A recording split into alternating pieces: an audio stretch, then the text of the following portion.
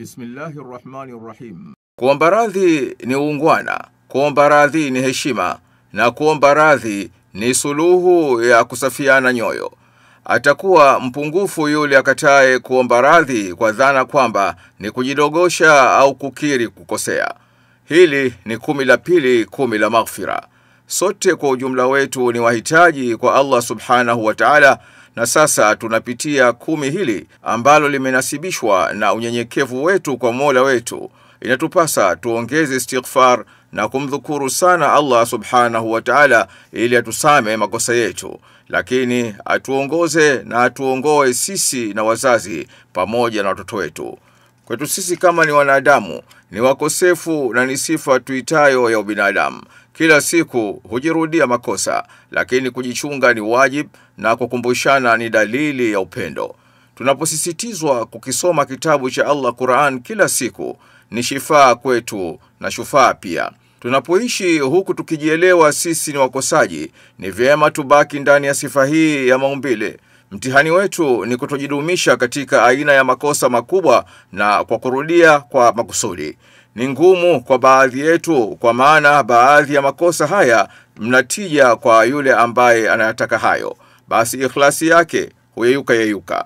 Kama huwa ni waridhika na kufurahi tunapozungumzwa kwa wema, basi ubora wetu uzidi kwa kufanya vyema zaidi, sio kuvaa sifa ikatutia kiburi. Tupende kuishi maisha ya wasiwasi zaidi kwa kumhofu aliyetuumba, na tufanye vizuri zaidi kwa kumridhisha yeye.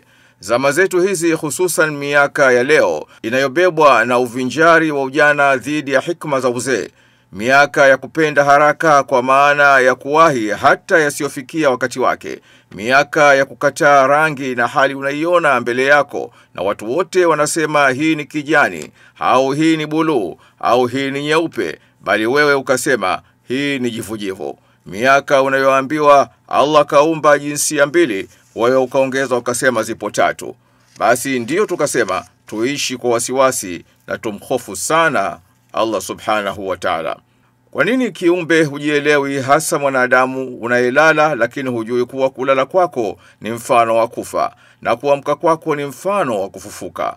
Huyu anaishi maisha ya kungoja parapanda la mwisho kama kipindi hiki cha uhai wake hana analowajibika nalo. Ndiyo maana hata hii Ramadhani wapo ambao kutwa ni kulala, maana saumu si mapenzi kwao, lakini wafanye nini liingialo mjini na wao wamo tu. Sio ikhlasi hasa ya mfungaji angojeaye malipo mema kwa Allah subhanahu wa ta'ala. Ni wazi kwamba kuna watu sio sunna tu, hata yale ya faradhi kutekelezwa katika mwezi huu basi wameanunia. Wapo ambao wanafunga saumu ya Ramadhani lakini hawasali, na hutoa hoja za kuwa hizi ni nguzo 2 tofauti, lakini amesahau kuwa sala ndio Uislamu wenyewe baada ya shahada. Sijui hajifahamu anayejibu hivi ufunge Ramadhani kisha ufanye maasi kumwasi Allah, husali udhani saumu yako inakusafisha. Hivi wewe ufungaye Ramadhani, naftari yako pesa ulionunulia ni rushwa au umezidisha maziro mbele ya nambari za hesabu za mwajiri wako? Hivi unayefunga kusubiri kusamehewa makosa yako wakati unajua unakalia mali ya mayatima nao wanapata tabu na chao umekidhibiti?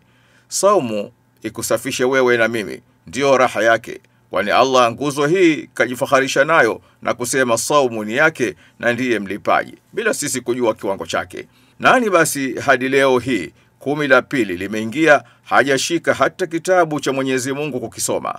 Nani hadi leo anafikiria kujaza benki na masandukuni mwake mapesa mengi bila kuwa na hata wazo la kuyatolea zaka, kwa woga kufilisika, huku akiwaza taabu ya kuitafuta apate yeye, kisha aje mtu ampe hivi bure? Tusome ndani ya Ramadhani. Mwezi huu ni nafasi maalum ambayo Allah kwa mapenzi yake katuletea zawadi, basi kwa nini tusiipe heshima yake?